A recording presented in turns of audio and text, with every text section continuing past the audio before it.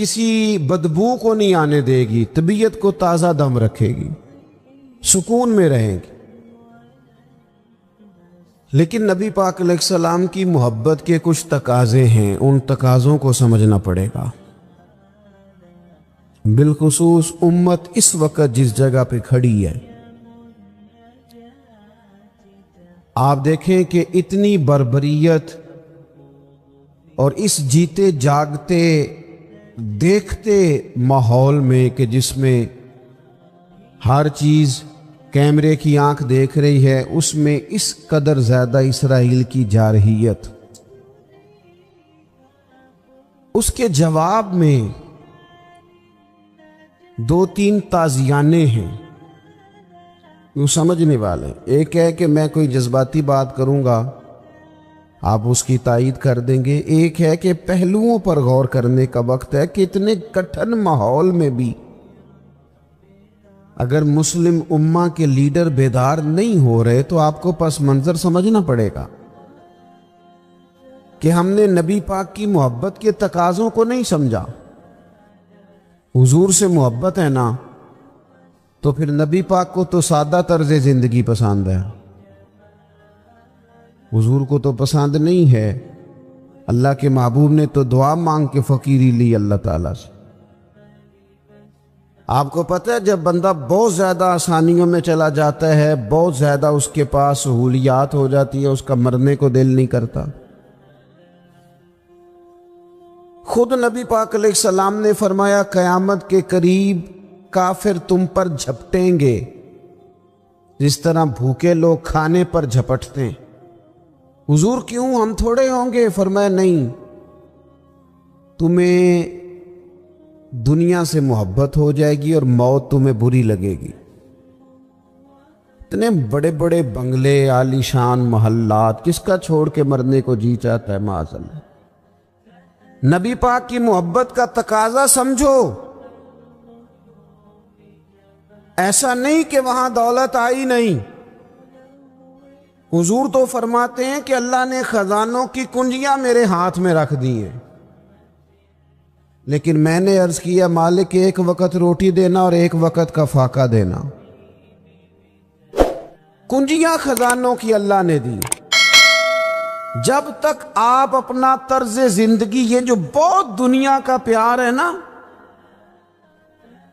بہت زیادہ مرنے کی ہرس، یہ بہت زیادہ جینے کی ہرس، تو اللہ تعالیٰ نے قرآن پاک میں یہودیوں کا طریقہ بیان کیا کہ وہ کبھی مرنے کی تمنا نہیں کریں گے کیونکہ جینے کی ہرس رکھتے ہیں۔ نبی پاک علیہ السلام کے غلاموں، طرز زندگی جب تک سادہ نہیں ہوتا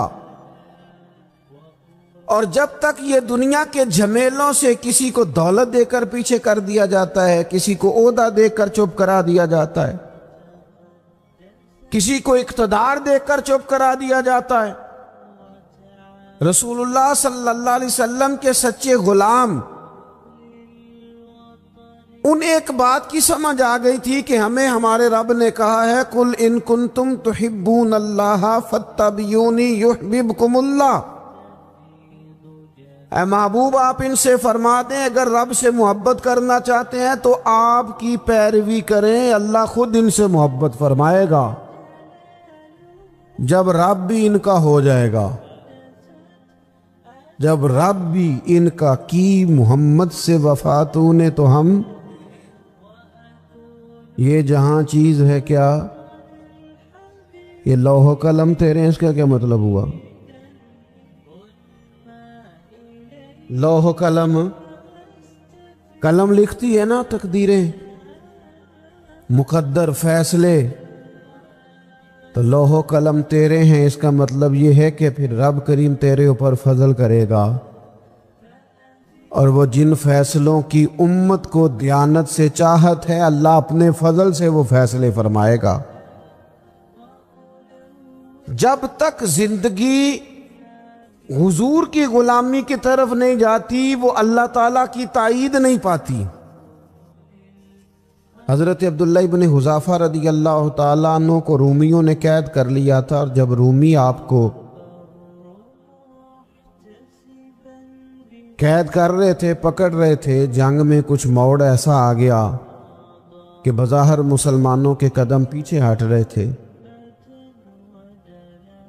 1000 آدمی نے، 100 آدمی نے مل کے آپ کے گرد گھیرا ڈالا اور بڑی مشکل سے آپ کو گرفتار کیا۔ جب بادشاہ کے سامنے لے گئے نا تو بادشاہ سے اس کا سپہ سالار کہنے لگا کہ بندہ ضائع کرنے والا نہیں۔ یہ بات سمجھیں آپ، ہماری طبیعت کے مطابق جو بندہ پورا نہیں اترتا ہم ضائع کر دیتے ہیں۔ حالانکہ اگر آپ کو مخالف صف میں بندہ کام کا نظر آئے تو آپ غور فرمائیں کہ یہ ہمارے قافلہ محبت میں کیسے شامل ہو سکتا ہے، اس کے لیے جد و جہد کریں تاکہ اس سے کام لیا جا سکے۔ اس نے کہا روم کے بادشاہ نے بندہ ضائع کرنے والا نہیں، وزیر نے کہا بادشاہ سے، اس نے کہا کیا کریں؟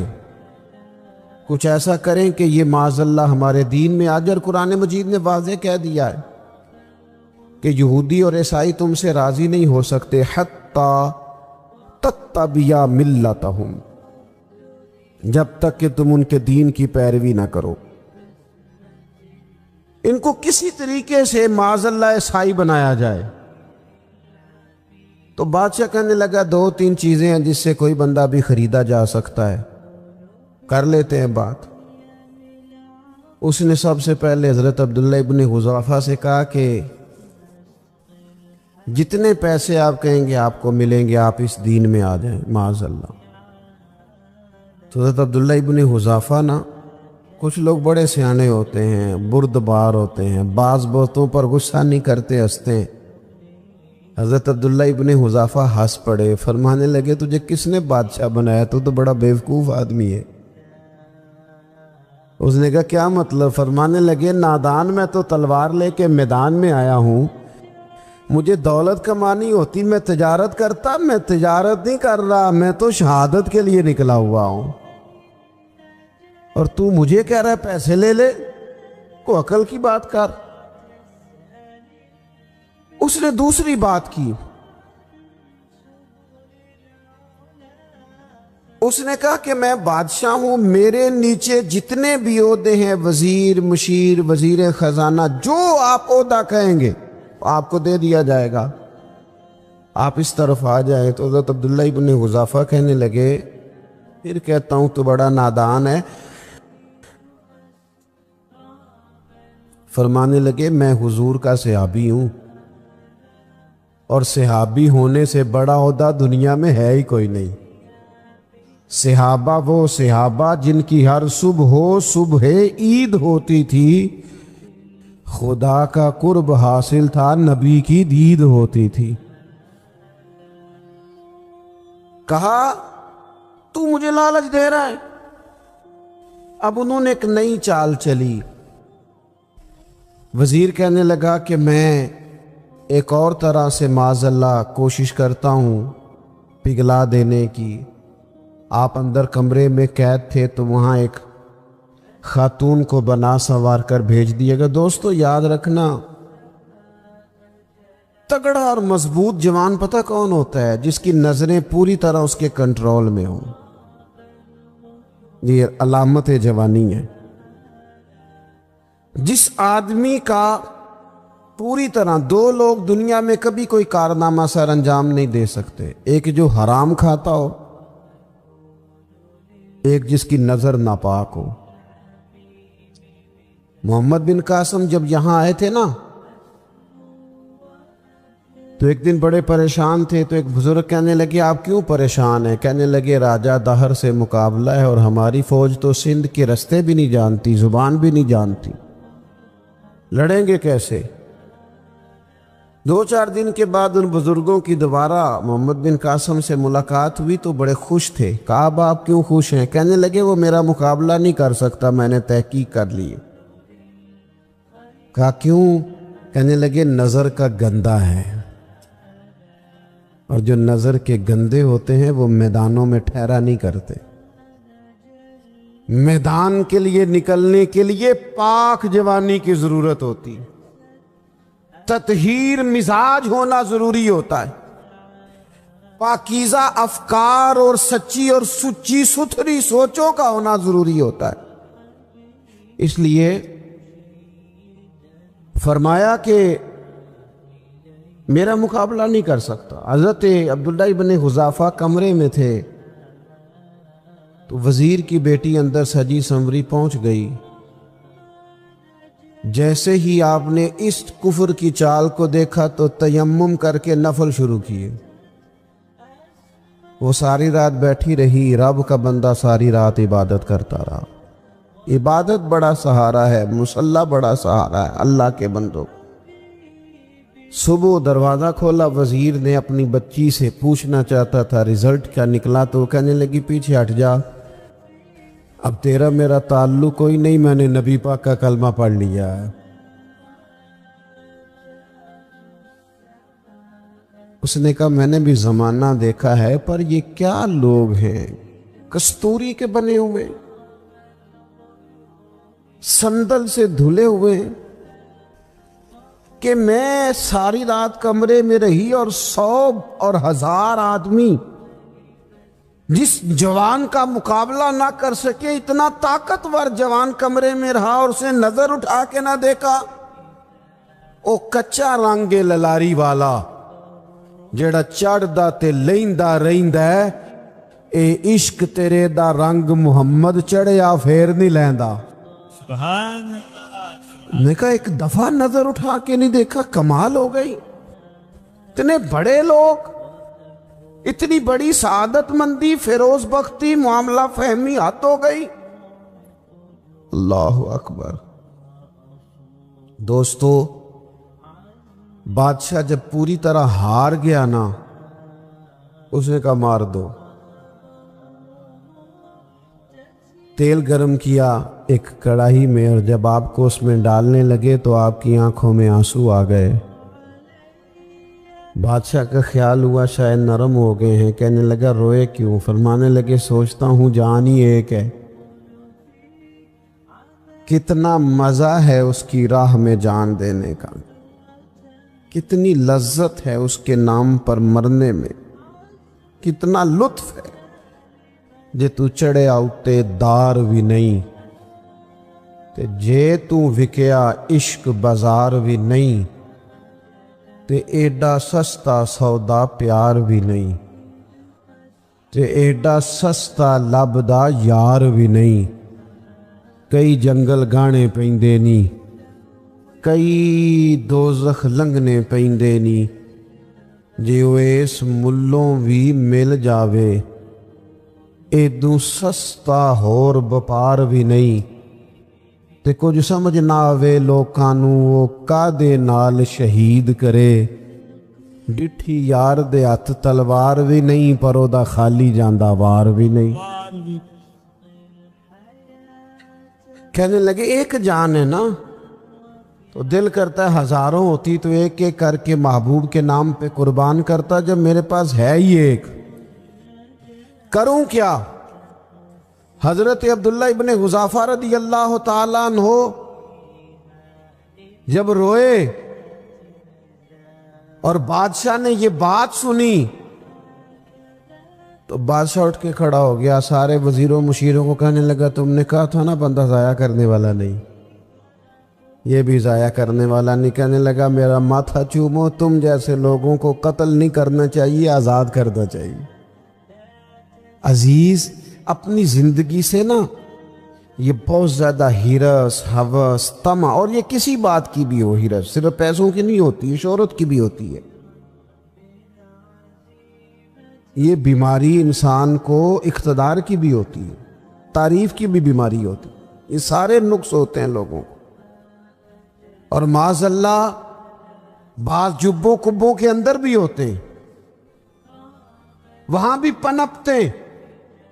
اپنی زندگی جب تک اس سادگی میں نہیں لاؤ گے جو رسول پاک نے عطا فرمائی ہے، جب لوگ آسانیوں میں پوری طرح الجھ گئے تو پھر وہ دور ہوئے اور کفر چڑھ گیا۔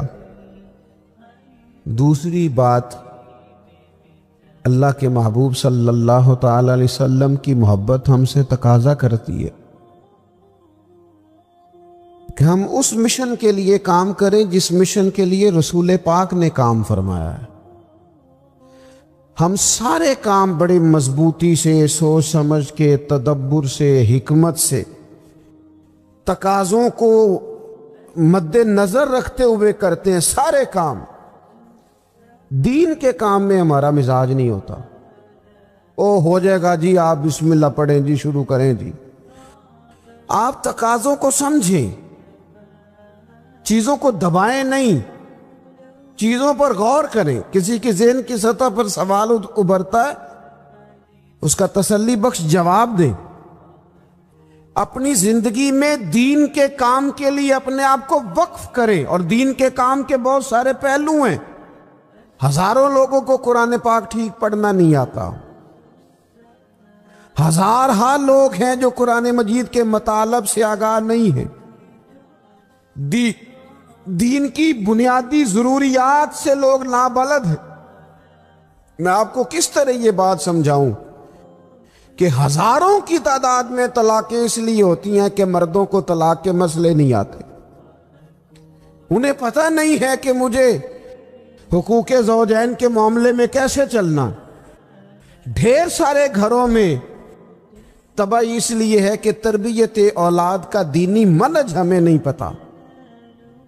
اپنا حصہ ملائیں دین کے کام میں۔ ایک آدمی کو اگر تو نمازی کرنے میں کامیاب ہو گیا، تیری زندگی بدل گئی۔ وہ دین بیزار لوگ جو ہمارے بیچ بیٹھ کے ہماری نوجوان نسل کو پگڑی اور داڑھی کا نام لے کے بنیادی طور پر دین سے دور کرتے، ایسے نوجوانوں کو دین کا پیغام محبت دے کر دین کے قریب کرنا ہماری ڈیوٹیوں کا حصہ ہے۔ ہمیں ذمہ داری کا احساس کرنا پڑے گا، ہمیں یہ خاص قدم اٹھانا پڑے گا، توجہ دینی پڑے گی۔ مساجد، مدارس، میں آپ سے عرض کروں، اتنی ڈٹ کے مخالفت ہوتی ہے نا مدرسوں کی، اتنی ڈٹ کے۔ میں ادارہ چلاتا ہوں، اس کے چلانے میں جو مشکلات ہیں وہ تو ہم بتا نہیں سکتے آپ کو، اس لیے کہ میری قوم، میرا اس قوم سے تعلق ہے جو نعت خواں امیر کرنا چاہتی ہے، مدرسے نہیں۔ ہاں، نقیب خطیب پیدا کرنا چاہتی ہے، شعر و شاعری کی زندگی کو پروان چڑھانا چاہتی ہے۔ فقط ہمارا ان لوگوں سے تعلق ہے جو لاکھوں کروڑوں روپیہ محافل پہ لگائیں گے، اور قاری صاحب بیچارے اگر مسجد کا کوئی ہونے والا کام کسی وقت بتا دیں گے تو وہ بڑی مشکل آ جائے گی ان کے لیے۔ یہ کیسے ہو سکتا ہے، آپ نے یہ ڈیوٹی بتا دی؟ مدارس، اور جتنا اہم رول دین کو پھیلانے میں مدارس اسلامیہ کا ہے، اتنی زبردست، لوگوں کا خیال ہوتا ہے میری طرح کے لوگ شاید کام کرتے ہیں، ڈیوٹی کرتے ہیں۔ یہ 10-15 لوگ آپ کو نظر آتے ہیں جو آپ کو کہیں میڈیا پر یا ادھر ادھر ڈیوٹی کرتے، مخلص لوگ اپنی جگہ پہ، وہ بھی بڑا ہی کام کر رہے ہیں، جو میڈیا پہ آ کے بھی اخلاص سے اور درد دل سے کو دین کی، ان کی بھی کسی بات کی حوصلہ شکنی نہیں۔ لیکن ہزارہا اساتذہ جو مدارس میں بیٹھ کے پڑھاتے ہیں، جنہوں نے وہ سارے لوگ تیار، آپ سمجھ نہیں سکتے کتنا بڑا کام۔ حفظ کا استاد جو ہوتا ہے نا، اس کی ڈیوٹی 24 گھنٹے ہوتی ہے، فجر سے پہلے، اور اس نے بچوں کو اٹھانا۔ تنخواہ تو ہم انہیں دینا نہیں نہ چاہتے جی، تنخواہ نہیں دی انہوں نے، ہم بھی مولوی امیر نہ ہو جانا۔ مولوی نو تے سوٹ بھی 27ویں والی رات دے ہے تاکہ کدھر سوان کے عید والے دن پا نہ لوے، کیونکہ 27ویں تو بات درزی پھڑتا ہی کوئی نہیں، کیوں حضرت؟ ایسا ہی ہے نا، اس وقت تو نہیں نہ لیتا۔ تو ہم چاہتے ہیں مولوی ہماری مرضی کے ہماری طرح کا سوٹ نہ پہن لے۔ مدارس کی مضبوطی، آپ یہ دیکھ لیں، یہ صلاح الدین ایوبی کا تعلق بھلا کس چیز سے تھا؟ غوث اعظم کے مدرسے سے۔ حضور غوث اعظم کے مریدوں کی جماعت اس کے ساتھ شامل تھی۔ کون لوگ تھے جنہوں نے مدارس سے فیض پایا؟ رازی اور غزالی، حضور غوث اعظم، خواجہ اجمیر، یہ سب لوگ مدارس کے لوگ ہیں۔ کمزوریاں ہیں، غلطیاں ہیں، بہت ساری چیزوں کی اصلاح کی ضرورت ہے، لیکن یہ دین کا بہت بڑا قلعہ ہوتا ہے مدرسہ،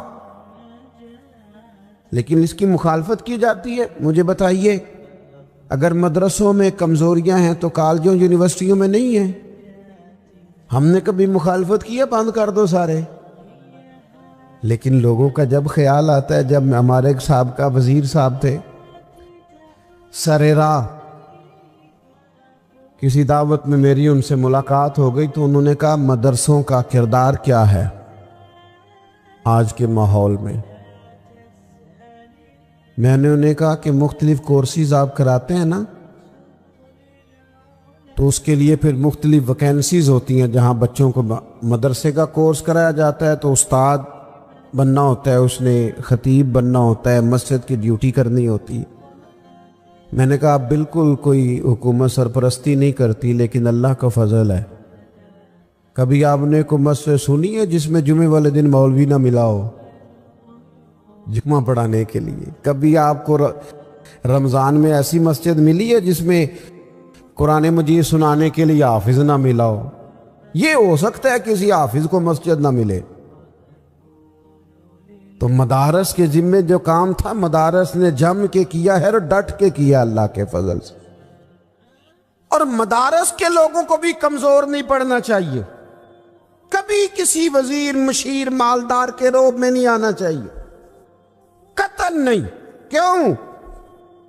کہ یہ وہ عظیم لوگ ہیں رسول اللہ صلی اللہ علیہ وسلم کے دین کے غلام، کہ ابھی ایک لفظ نہیں پڑا ہوتا الف با تا سا، پہلے دن گھر سے نکلتے ہیں تو حضور فرماتے ہیں اللہ کے فرشتے ان کے پیروں کے نیچے پر بچھا بھی دیتے ہیں، پہلے دن اتنا بڑا اعزاز ملتا ہے۔ تو حضور کی محبت کا تقاضا ہے، دین کا کوئی کام کیا جائے۔ ایک خاتون مسجد نبوی شریف میں جھاڑو دیتی تھی، پر کوئی کام تو کرتی تھی نا۔ اور کس مسجد میں؟ جہاں 70,000 فرشتے صبح آتے ہیں، 70 شام آتے ہیں، اس مسجد میں وہ خاتون جھاڑو دیتی تھی۔ بخاری ہے، جب ان کا انتقال ہو گیا صحابہ نے سوچا کہ حضور کو تکلیف ہوگی، بغیر بتائے جنازہ پڑھ دیا۔ حضور صبح تشریف لائے، تازی قبر دیکھی، اور محبوب وہ ہیں جو فرش پہ کھڑے ہو کے عرش کی خبریں دیتے ہیں۔ نبی پاک علیہ الصلوۃ والسلام نے فرمایا کہ مجھے اطلاع کیوں نہیں دی اس کے انتقال کی؟ یہ کرم دیکھو، کوئی ڈیوٹی تو کرتی تھی نا یار، پر خلوص سے، پر پیار سے، پر اللہ کو راضی کر دے گی، پر درد دل سے۔ اور دین کی ڈیوٹیاں کرنے والے دوستو سنو، حضور صبح آئے، قبر کو دیکھ کر فرمایا مجھے کیوں نہیں بتایا؟ یا رسول اللہ آپ کو تکلیف دینا مناسب نہ جانا؟ تو قبر پہ کھڑے ہو کے حضور نے فرمایا صف بناؤ، میں دوبارہ جنازہ پڑھاؤں گا، صف بناؤ میں دوبارہ جنازہ پڑھاؤں گا۔ کوئی ڈیوٹی تو۔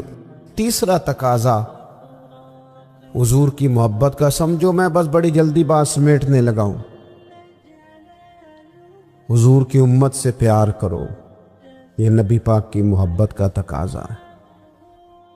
حضور اس بندے سے بڑے راضی ہوتے ہیں جو حضور کی امت سے پیار کرتا ہے۔ آپ کو پتہ ہے حضرت جبریل امین علیہ السلام نے معراج کی رات حضور علیہ الصلوۃ والسلام سے عرض کی تھی کہ اللہ کی بارگاہ میں عرض کیجئے گا میری بھی ڈیوٹی لگ جائے آپ کی امت کے ساتھ محبت کرنے پر۔ تو یہ کیوں کہا تھا انہوں نے؟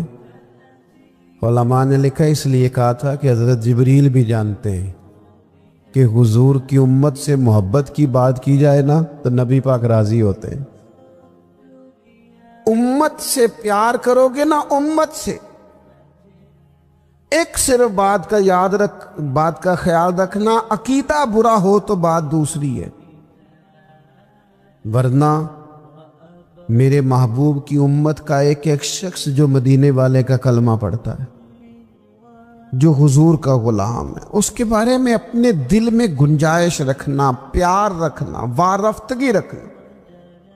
او دوستو، یہاں لوگ کس کس طرح گروہوں کو، جماعتوں کو سپورٹ کرتے ہیں۔ نبی پاک نے اس امت کی کثرت پر فخر بیان کیا اور حضور فرمانے لگے 120 صفیں جنتیوں کی ہوں گی، قیامت میں 80 صفیں صرف میری امت کی ہوں گی۔ میں کثرت امت پر فخر کروں گا۔ ان لوگوں سے پیار کرنا ہے، ان کے دکھ درد کو سمجھنا ہے۔ پتہ ہے آج کیا ہوتا ہے؟ آج ہمیں نا مختلف چھوٹے چھوٹے ملکوں میں بانٹ دیا گیا، تو ہم کسی دوسرے مسلمان بھائی کا درد نہیں محسوس کرتے، ہم گھروں میں نہیں محسوس کرتے۔ پڑوسی پر ظلم ہو رہا ہو تو ہم کہنے پتر ساڈا نہیں مسئلہ، یہ مسئلہ ہے، تینوں کی لگے۔ حالانکہ پڑوسی کی آگ اس لیے بھی کسی وقت بجھا دینی چاہیے کہ پڑوسی کی نہ بجھائی جائے تو اپنا گھر بھی زاد میں آ جاتا۔ آج امت مسلمہ سے ہمیں بس لگا دیا گیا اپنے حصے کی روٹی کماؤ، اپنے حصے کی کوٹھی بناؤ، اپنے حصے کی گاڑی خریدو، اپنے حصے کا کام کرو۔ امت کا درد، امت کی بات، وحدت امت کا تصور، امت کا دوبارہ سے وہ شان ارسل رسولہ بالہدی ودین الحق لیظہرہ علی الدین کلہ، وہ تصور کب ہوگا؟ اس وقت ہوگا جب ہم بات امت کی کریں گے۔ نبی پاک علیہ السلام نے فرمایا مسلمان کی مثال ایک جسم کی طرح ہے، جسم کے ایک حصے کو تکلیف ہو تو سارا آزمائش میں آ جاتا ہے۔ مجھے بتاؤ یہ انگلی درد کرتی ہو، یہ انگلی جسم کا حصہ ہے نا، تو میرا خیال ہے دماغ یہ کہہ دے گا کہ انگلی کی درد ہے نا مینوں کی لگے، دل کہہ دے گا کوئی نہیں ٹینشن لینے، انگلی کا مسئلہ ہے نا۔ ایسا نہیں ہوتا، بلکہ جب انگلی میں درد ہوتی ہے تو دماغ منصوبہ بندی کرتا ہے کہ اس کا علاج کیسے ہو سکتا ہے، دل پریشان ہوتا ہے، پیر چل کے جاتے، ہاتھ وہ دوائی وصول کرتے، دانت اسے چبا کر، حلق اسے نگل کر، معدہ اسے ذخیرہ کر کے جسم میں پھیلاتا ہے، پھر جا کے انگلی شفا پذیر ہوتی ہے۔ ایک حصے کو درد ہو تو سارا حصہ کام پہ لگ جاتا ہے۔ اسرائیل اگر تکلیف دے رہا ہے فلسطینیوں کو تو ہونا چاہیے تھا نا بعض مسلمان حکمرانوں کو نیند نہ آتی، وہ درد دل محسوس کرتے۔ ہونا چاہیے تھا نا کہ بعض لوگ یہاں ہم کیا کرتے ہیں بھلا بیٹھ کے، اب تو مجھے بعض چیزوں سے کوفت بھی ہونے لگا، ہم دیتے ہیں بیان، مذمت۔ آپ کے بیان دینے سے کیا ہوگا؟ فلانے نے بھی بیان دے دیا، فلانے نے بھی کلپ دے دیا، یہ کیا کر رہے ہیں؟ تو اب تو یہاں سے چلا جا، قیامت تک کے لیے تیرے اوپر لعنت ہے۔ تو شیطان کہنے لگا کہ مجھے مہلت دی جائے، تو اللہ تعالیٰ نے اسے ایک معینہ اور مقررہ وقت تک کے لیے مہلت دے دی۔ تو اس نے کچھ دعوے خود کیے، کہنے لگا کہ میں لوگوں کے رستوں میں بیٹھوں گا، انہیں گمراہ کروں گا، ان کے خلاف چالیں چلوں گا، وسوسہ اندوزیاں کروں گا، اور کس حد تک لوگوں کو گمراہ کروں گا اور کن کن کو گمراہ کروں گا؟ اس نے کہا میں ان سب کو اجتماعی طور پر گمراہ کروں گا، ہر ایک پر اپنا جال پھینکوں گا، ہر ایک کو اس کے معاملے کے مطابق راہ حق سے ہٹانے کی کوشش کروں گا، الا عبادک منہم المخلصین، لیکن مالک جو تیرے مخلص بندے ہوں گے نا وہ میرے شر سے بچے رہیں گے۔ دنیا میں ہر طرف شیطانی وساوس پھیل چکے، چاروں جانب فتنے گمراہ کرنے والی باتیں، گمراہ کرنے والے راستے، ہر طرف منفی باتوں کا زور، بری باتیں بھی لوگ اتنی مسجع مکفّہ اور خوبصورت کر کے کرتے ہیں کہ بہت بڑے جھوٹے بھی سچے محسوس ہوتے ہیں معاذ اللہ۔ بہت کم لوگ ہیں جو اس گمراہی سے بچتے ہیں۔ وہ کون ہیں؟ ان کی ایک ہی تعریف قرآن مجید نے بیان کی کہ وہ اللہ کے مخلص بندے ہیں۔ جتنا کسی کے اندر اخلاص ہوتا ہے، جتنا وہ تصنع سے بچتا ہے، جتنا وہ دکھلاوے سے بچتا ہے، جتنا وہ شہرت سے بچتا ہے، جتنا کوئی شخص اپنے اعمال کو چھپا کر اپنی نیکی کو محض اپنے رب کریم کے لیے کرنے کی کوشش کرتا ہے، اتنا ہی زیادہ وہ شیطان کے داؤ سے بچتا ہے۔ آپ جتنا مخلص ہوتے جائیں گے، جتنا خالص ہوتے جائیں گے، جتنا آپ تصنع سے، دکھاوے سے، ریاکاری سے، بناوٹ سے، شہرت سے بچتے جائیں گے، تو یہ مت سمجھیں کہ آپ ریاکاری سے بچ رہے ہیں، دکھاوے سے بچ رہے ہیں، شہرت سے بچ رہے ہیں، بلکہ سمجھیں کہ آپ شیطان سے بچ رہے ہیں۔ وہ مزین کر دے گا نگاہوں کے سامنے، وہ تعریف کو مزین کر دے گا، بار بار نفس کو تسکین ملے گی، بار بار آپ محسوس کریں گے کہ میری تعریف ہو رہی ہے اور ہونی چاہیے، میری خوشامد ہو رہی ہے اور ہونی چاہیے، لوگ میرے لیے کیا کیا مناقب کہہ رہے ہیں اور ہونے چاہیے۔ اللہ کی رضا کا حصول یہ اخلاص کے اعلیٰ ترین مقاصد میں سے، اور ذرا سا بھی شائبہ اخلاص کس کو کہتے ہیں؟ اخلاص کا مطلب یہ ہوتا ہے کہ اللہ کی عبادت میں ذرا برابر بھی کسی کو شریک نہ ٹھہرایا جائے۔ یعنی کسی شخص نے روزہ رکھا ہے تو وہ اتنی نیت کرے گا کہ میرے رب کا حکم ہے تو میں نے روزہ رکھا ہے، اللہ کی رضا کے لیے روزہ رکھا ہے۔ اگر اس نے یہ ارادہ کیا نہ چلو روزہ بھی ہو جائے گا اور میرا وزن بھی کم ہو جائے گا، تو یہ اخلاص نہیں ہے۔ کسی شخص نے نماز پڑھنی ہے اللہ کی رضا کے لیے، اور اگر وہ نماز اس لیے پڑھے کہ نماز ایک بہترین ورزش بھی ہے، اور جب میں نماز پڑھوں گا تو اس سے میرے اعضاء کے اندر بہتری بھی آئے گی اور میرے وجود کو اس سے اطمینان بھی نصیب ہوگا، اور میرا جسم جو ہے وہ بہترین حرکت کرنے لگے گا، کام کرنے لگے گا، تو یہ والی نیت شامل کرنا ساتھ درست نہیں ہے، محض اللہ کی رضا کے لیے۔ یعنی اس پر حدیث موجود ہے، ایک صحابی نے عرض کی یا رسول اللہ صلی اللہ تعالی علیہ وسلم، ایک شخص اس لیے جہاد کرتا ہے کہ اسے اجر بھی ملے اور ساتھ اس کی شہرت بھی ہو جائے۔ سیاستہ میں حدیث موجود ہے۔ تو نبی پاک علیہ السلام نے فرمایا، اچھا یہ آپ اس حدیث کے لفظوں پر غور کریں، وہ عرض کرتے ہیں کہ محض شہرت کی نیت نہیں، اس کی نیت یہ ہے کہ جہاد بھی کر لوں اور شہرت بھی ہو جائے، یعنی دونوں نیتیں ہیں، اللہ کی رضا کی نیت بھی ہے لیکن ساتھ تھوڑی بہت شہرت کی نیت بھی۔ یا رسول اللہ اجر ملے گا؟ تو اللہ کے رسول نے دو ٹوک لفظوں میں فرمایا اس بندے کو کوئی اجر نہیں ملے گا۔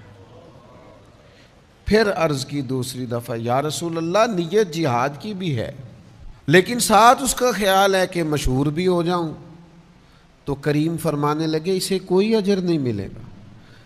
6 بار پوچھا، تیسری بار عرض کی یا رسول اللہ صلی اللہ علیہ وسلم نیت جہاد کی بھی ہے لیکن ساتھ خیال یہ ہے کہ میں شہرت بھی پا جاؤں، تو حکم کیا ہے؟ تو حبیب کریم علیہ الصلوۃ والسلام نے فرمایا حکم یہی ہے کہ اس بندے کو کوئی اجر نہیں ملے۔ خالص ارادے ہوں، اللہ اگر چاہتے ہیں فتنوں سے بچیں، اگر چاہتے ہیں اس دور کی گرد سے بچیں، اگر چاہتے ہیں اس دور کے اندر جس قدر زیادہ آزمائش ہوتی جا رہی ہے اور جس قدر زیادہ مختلف روپ دھار کر شیطانیت اپنا غلبہ کر رہی ہے اسے ہم بچیں، تو اس کا ایک ہی علاج قرآن مجید نے بیان کیا ہے کہ اللہ کی رضا کے لیے مخلص ہو جاؤ۔ اخلاص سے ملتا کیا ہے؟ جو لوگ مخلص ہوتے ہیں نا وہ بہادر ہوتے ہیں، بزدلی دور ہوتی ہے مخلص ہو جانے سے۔ انسان کا ذہن مضبوط ہوتا ہے، اعصاب مضبوط ہوتے ہیں، اس کے مزاج میں استقامت آتی ہے۔ جب آپ مخلص ہوتے ہیں تو پھر تو یہ حال ہوتا ہے کہ صحابہ میدانوں میں نکلتے تھے تو کوئی کہتا تھا کیا کرنے جا رہے ہو، تو کہتے تھے شہادت لینے جا رہے ہیں۔ وہ مرنے کو تیار تھے، جان دینے کو تیار تھے، وجہ مخلص تھے۔ حضرت انس بن نضر رضی اللہ تعالیٰ عنہ میدان احد کے اندر جب ایک خبر پھیلا دی گئی معاذ اللہ کہ حضور کو شہید کر دیا گیا ہے، اور کچھ لوگ بہت پریشان ہوئے اور ادھر ادھر ہونے لگے، تو حضرت انس بن نضر آواز دیتے تھے اور فرماتے تھے ادھر آؤ نا واپس، تم کہاں جا رہے ہو، مجھے تو میدان احد سے جنت کی خوشبو آ رہی ہے۔ مخلص تھے تو دوڑتے تھے۔ بہادری پیدا ہوتی ہے انسان کے اندر سے، سستی اور کاہلی ختم ہوتی ہے اخلاص کی برکت سے۔ دوسری جو چیز اخلاص سے انسان کو ملتی ہے وہ یہ ہے کہ جو مخلص ہوتے ہیں نا ان کی اللہ مدد فرماتا ہے، انہیں تائید ایزوی حاصل ہوتی ہے، انہیں تائید باری تعالیٰ حاصل ہوتی ہے۔ جب آپ ریاکار ہیں، جب آپ تصنع کر رہے ہیں تو اس میں پھر ظاہر ہے آپ کی نیت ہی ریاکاری کی ہے، آپ لوگوں کو دکھاوے کے لیے کر رہے ہیں، تو آپ کیا توقع کرتے ہیں کہ اس میں اللہ کی مدد آئے گی؟ لیکن جب کوئی کام آپ کرتے ہی رب کے لیے ہیں، اور علیم بذات الصدور، رب جانتا ہے کہ میرے لیے لگا ہوا ہے، تو پھر اللہ مدد بھی بڑی فرماتا ہے۔ پھر اللہ تبارک و تعالی اسے تائید غیبی سے نوازتا ہے۔ پھر آپ کو محسوس ہوتا ہے کہ سارے رستے کھلتے جا رہے ہیں، آسانیاں ہوتی جا رہی ہیں، آسودگی ملتی جا رہی ہے، بہت ساری مشکل ترین وادیاں بھی آرام سے سر ہوتی جا رہی ہیں۔ اور پھر تیسری چیز جو اخلاص سے پیدا ہوتی ہے نا وہ یہ ہے کہ جو مخلص لوگ ہوتے ہیں نا ان کے اندر محنت کا جذبہ ہوتا ہے۔ آپ ایک کام کرتے ہیں اس میں اخلاص نہیں ہے تو آپ تھوڑا سا کریں گے، بھائی اتنا سا ٹھیک ہے، لوگوں کو پتہ چل گیا، میری حاضری لگ گئی، بس میں آ گیا، میری فوٹو چل گئی، بس کسی کو پتہ چل گیا لوگوں کو کہ میں آیا، وہ بھئی حاضری لگوانا مقصود ہے، با لگ گئی۔ لیکن جب آپ مخلص ہوتے ہیں تو اب حاضریاں نہیں لگواتے، پھر آپ ڈیوٹیاں دیتے ہیں۔ جب آپ مخلص ہوتے ہیں تو پھر آپ صرف فوٹو میں نظر نہیں آتے، پھر صبح و شام تک اور شام سے صبح تک آپ کا رویہ یہ ہوتا ہے کہ کسی بھی طریقے سے میں بھلا کیا خدمات پیش کر سکتا ہوں، میں کس حد تک آگے بڑھ کے اپنے صلاحیتیں دین کے لیے وقف کر سکتا ہوں، پیش کر سکتا ہوں۔ پھر مقصود فقط یہ نہیں ہوتا۔ ایک دفعہ ایک جلوس نکلنا تھا کشمیر کے لیے، تو مذہبی سیاسی جماعتیں جمع تھیں، تو ان میں سے مجھے بھی ایک جگہ دعوت دے لی گئی، تو مجھے کہنے لگے کہ وہ ہم نے جلوس نکالنا ہے۔ تو میں نے کہا کیا مطلب جلوس نکالنا ہے؟ تو پھر اس میں نا ساتھ، ابھی وہ بہت پرانی بات ہے، ہم طالب علم تھے، تو اس میں یہ تھا کہ اخباری نمائندوں کو کسی طریقے سے بلائیں اور زیادہ سے زیادہ جمع کریں رپورٹر۔ تو مجھے ایک بزرگ کی بات نہیں بھولتی، انہوں نے بڑی خاص بات کی، کہنے لگے اوہو میں تو جا رہا ہوں، میں سمجھا تھا تم اللہ کی رضا کے لیے جمع ہوئے ہو۔ لیکن جس قوم کا یہ حال ہو کہ وہ پہلے یہ دیکھے کہ کتنے کو نمائندے آئیں گے، کتنے کو خبر چلے گی، کہاں تک بات پہنچے گی، تو ان کا مشن تو کوئی نہ ہوا۔ تو جب آپ مخلص ہوتے ہیں پھر آپ محنت کرتے ہیں، پھر آپ کے اندر، میں آپ سے عرض کروں کہ جب ٹیچر ڈیوٹی کرتا ہے نا تو پھر اس نے 4-6 گھنٹے پورے کرنے ہوتے ہیں، اور جب اس کا دل کرتا ہے نا کہ میرے سامنے جو بیٹھا ہے یہ علم کے نور سے فیض یاب ہو، پھر وہ صلاحیتیں لگا دیتا ہے، پھر وہ مشقتیں کرتا ہے، پھر وہ اپنے سینے کو نچوڑ کے اس کے اندر جو علم کا نور ہوتا ہے وہ طالب علم میں منتقل کرنے کی کوشش کرتا، وہ ایک منٹ کے لیے بھی غیر نصابی کوئی بات نہیں کرتا. مخلص جو ہوا وہ جد و جہد کرتا ہے, کوشش کرتا ہے, محنت کا جذبہ پیدا کرتا ہے, اخلاص. چوتھی بات, جو ریاکار ہوتے ہیں نا اپنی نظروں میں گر جاتے ہیں, اور جو مخلص ہوتے ہیں ان کی اپنی نظر میں بھی اپنی بڑی عزت ہوتی ہے. اپنے آپ سے وہ دھوکہ نہیں کرتے. پتہ نہیں میں نے کتنی بڑی بات کی ہے, اللہ کرے آپ کو سمجھ آئی ہو. او بھائی, بندہ خود مطمئن ہی نہ ہو تو وہ کوئی کام کیسے کرے گا؟ جب کوئی تصنع کرتا ہے, بناوٹ کرتا ہے, دکھلاوا کرتا ہے, تو وہ اپنے آپ کو جواب بھی نہیں دے پاتا, وہ اپنے آپ سے دھوکہ کر رہا ہوتا ہے. وَمَا يَخْدَعُونَ إِلَّا أَنفُسَهُمْ, اپنے آپ کے ساتھ دغا کر رہا ہے, فریب کر رہا ہے, دھوکہ دے رہا ہے. اور جب انسان مخلص ہوتا ہے نا تو اسے اپنے آپ سے بھی پیار ہوتا ہے, اسے محسوس ہوتا ہے میرا وجود کوئی بیکار وجود نہیں, میری زندگی کوئی بیکار زندگی نہیں, یہ زندگی تو میں نے کسی کے نام کر دی ہے, یہ تو میں نے زندگی کسی کے لڑ لگا دی ہے. اسے اپنے آپ سے پیار ہونے لگتا ہے. جب وہ مخلص ہوتا ہے اپنی نظر میں اس کی عزت ہوتی ہے, اسے پھر اپنی صلاحیت سے پیار ہوتا ہے. وہ پھر ضمیر کا قیدی نہیں ہوتا, اسے پھر لگتا ہے کہ وہ میں کسی کام لگ گیا ہوں, کوئی ڈیوٹی اللہ نے مجھ سے لینی شروع کر دی. پانچویں بات, ریاکاری جھوٹ ہے, اخلاص سچ ہے. ریاکاری ناانصافی ہے, اخلاص انصاف ہے. ریاکاری چٹیل اور گمراہ کرنے والا رستہ ہے, اور اخلاص اعتدال کا رستہ ہے. وہ ایک خوبصورت راہ ہے, جس راہ پر انسان چلتا ہے تو رستہ بظاہر ٹوٹا پھوٹا بھی ہو لیکن اسے تھکاوٹ محسوس نہیں ہوتی, وہ چلتا چلا جاتا ہے. اخلاص نعمت ہے, سعادت ہے, عدل ہے, برکت ہے, ٹھنڈک ہے, نور ہے. رب رسول کی مدد کا نام اخلاص ہے. اور پھر چھٹی بات, ریاکاری نا بے چینی بڑی پیدا کرتی ہے. جن کو تعریف کرانے کا شوق ہوتا ہے, میں نے دیکھا ہے وہ بیچارے منتیں کر رہے ہوتے ہیں کوئی تھوڑی تعریف ہو جائے نا میری.